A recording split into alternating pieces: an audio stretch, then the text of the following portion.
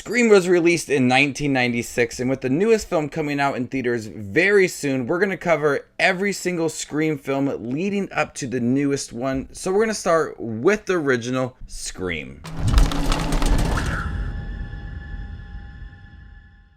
Hey everybody, my name's Justin here. I try to watch everything that hits theaters and on streaming services. If you guys are like me, go ahead and hit that subscribe button down below and click that bell notification for more up-and-coming content. A year after the murder of her mother, a teenage girl is terrorized by a new killer who targets the girl and her friends by using horror films as a part of a deadly game. Growing up, I watched a lot of scary movies. Not scary movies, just scary movies.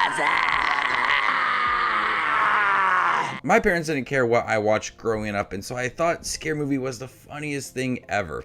I didn't watch Scream growing up. It wasn't until I was in college that I watched it for the first time.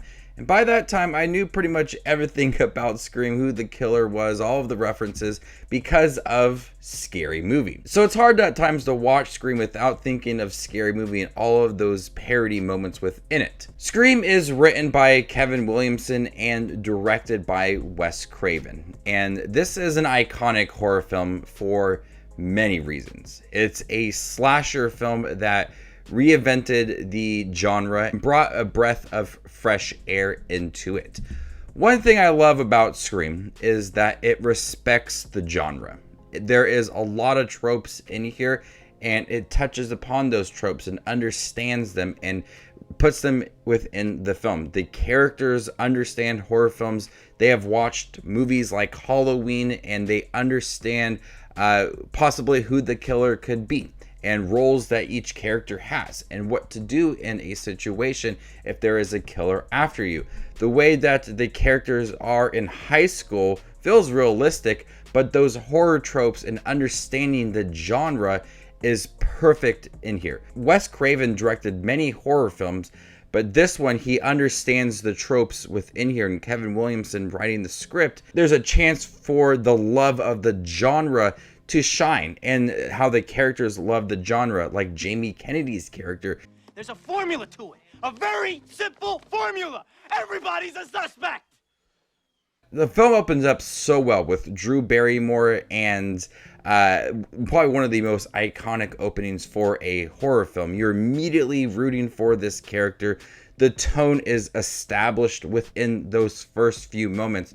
A lot of films have to kind of set up the characters and then introduce the killer. No, with this film, they give you the killer right away and show you all of the bloody moments with her boyfriend, Drew Barrymore, being killed. It's graphic within like the first 10 minutes of the film.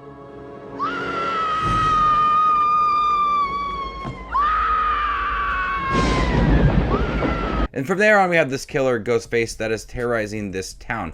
And it being a whodunit style adds for a lot of the mystery within the film, where you have your typical slasher films, your horror films with Michael Myers or Jason Voorhees. You understand who the killer is going to be.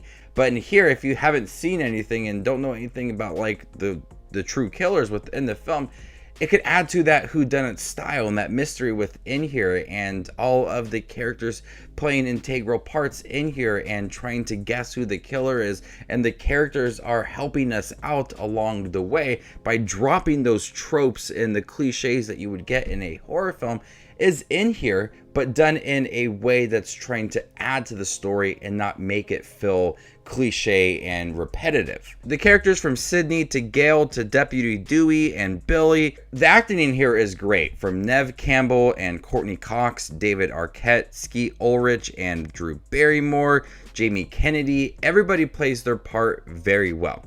And Neve Campbell as Sydney Prescott is one of the best final girls I have seen. She does not put up with Ghostface at all. She understands those horror tropes, and she fights against Ghostface several times. And she is so cool in here. Neve Campbell really nails this role, and I love everybody else in here. No! Courtney Cox as Gail Weathers. She doesn't care about what's going on. She wants to get herself into a situation so she can get it on camera. Skeet Ulrich creepy from the beginning, and the spoiler that he is the killer just makes it more disturbing for that character. Matthew Lillard, really kind of fun performance up until the end, but Matthew Lillard is just really entertaining guy, and his performance in here really adds to some of that comedy within the film. Jamie Kennedy, understanding all of the horror classics, I love him in here. And having Drew Barrymore, really good performance in the beginning, sets the tone for the rest of the film. When I first saw Scream, I didn't think it was that bloody. I looked at other horror films like Nightmare on Elm Street and Friday the 13th. I just thought Scream was tame for what it was. I don't know what was going on the first time I watched it, but now watching it as an adult and going back and watching it several times, it's a pretty gruesome film. There are several really graphic kills, especially in the beginning with Drew Barrymore and her boyfriend, when we have Tatum in the garage, and what's going on between Billy and Stuart. There are some pretty graphic moments within here. But in the mix of all of these graphic kills is some comedy. People making jokes about this ghost face killer in this town and all of the horror movies that they are discussing. Teenager moments within here. There are some comedic moments that do work between the characters, but when it needs to be serious and dark, it really explores that very well.